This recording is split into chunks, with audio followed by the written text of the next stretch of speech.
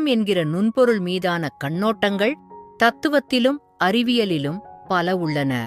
தத்துவக் கண்ணோட்டத்தில் எண்ணங்களையும் நடத்தைகளையும் கொண்டு மனம் கணக்கிடப்படுகிறது. அறிவியல் கண்ணோட்டத்தில் உள்ளத்தின் அமைப்பு, வடிவம், ஸ்ட்ரக்சர் அண்ட் ஃபார்ம் போன்றவற்றைக் கொண்டு எண்ணங்கள் கணக்கிடப்படுகிறது.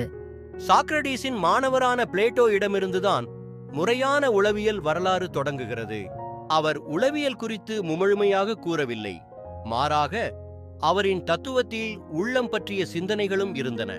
பிளேட்டோவின் தத்துவப்படி உடலும் உள்ளமும் வெவ்வேறானவையாகும். உளவியல் வரலாற்றில் பிளேட்டோதான் உடலையும் மனத்தையும் பிரித்துணர்த்திய முதல்வராவார். அதே சமயம் கருத்தையும் பொருளையும் பிரித்துணர்த்தியவரும் அவரே.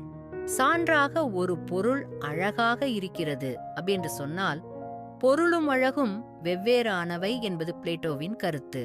பொருள் என்பது புறப்பொருள்தான், ஆனால் அழகு என்பது உள்ளத்தின் எண்ணமாகும். புறப்பொருளுக்கு ஏற்பதான் கருத்து உதிக்கிறது என்பது பிளேட்டோவின் வாதம். உள்ளமும் பொருளும் ஊடாடல் வைத்துக் கொள்கிற போது இவற்றின் உறவு மாறுதலுக்கு உட்பட்டது. இந்த மாறுதல் பொருளின் தன்மைக்கேற்பவும் மனதின் இயல்புக்கேற்பவும் ஏற்படுகின்றது. அதனால்தான் அனைவரிடத்திலும் ஒரே மாதிரியான உறவை காண முடிவதில்லை. பிளேட்டோவின் மாணவராகிய அரிஸ்டாட்டில் பிளேட்டோ கூறியதை முழுமையாக மறுக்கிறார். உள்ளத்திற்கும் பொருளுக்கும் இடையே எந்த தனித்தன்மையும் இல்லை என்பது அரிஸ்டாட்டிலின் வாதம். சான்றாக ஒரு கல்லில் சிலை வடிக்கப்படுகிறது என்றால் அந்த சிலைக்குரிய வடிவம் கல்லில் உள்ளதா அல்லது உள்ளத்தில் உள்ளதா என்கிற பாகுபாடு எழுகிறது. அரிஸ்டாட்டில் கூற்றுப்படி இரண்டிலும் உள்ளதால் தான் சிலை வடிவம் பெறுகிறது. இதனால் கருத்துடன் தொடர்புடைய வடிவமானது உள்ளத்தின் தனித்தன்மையாக அல்லாமல் பொருளோடும் இணைந்துள்ள பாங்கை அரிஸ்டாட்டில் சுட்டி காட்டுகிறார். இந்த இருவரின் உள்ளம் குறித்த கருத்துக்கள் பிற்கால தத்துவவாதிகளிடத்திலும் அறிவியல் முறை உளவியலிலும் குறிப்பிடத்தக்க தாக்கத்தை ஏற்படுத்தியது.